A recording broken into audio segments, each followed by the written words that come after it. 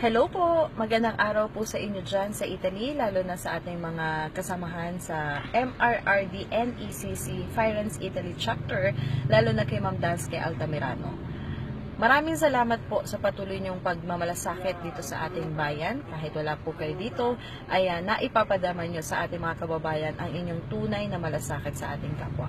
Maraming salamat sa pagtulong sa gobyerno na makamit ang tunay na pagbabago.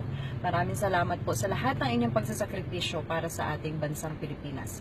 Kayo ang tunay na bayani ng ating bayan. Naway, huwag po kayo magsasawa sa pagtulong sa ating gobyerno upang makamit ng ating bayan ang tunay na kaunlaran ng ating ekonomiya at ng ating bansa sa kabuuan. Muli po, ako po si Dang Samson Garcia ng DZME 1530, nag-iiwan sa inyo ng walang hanggang pasasalamat.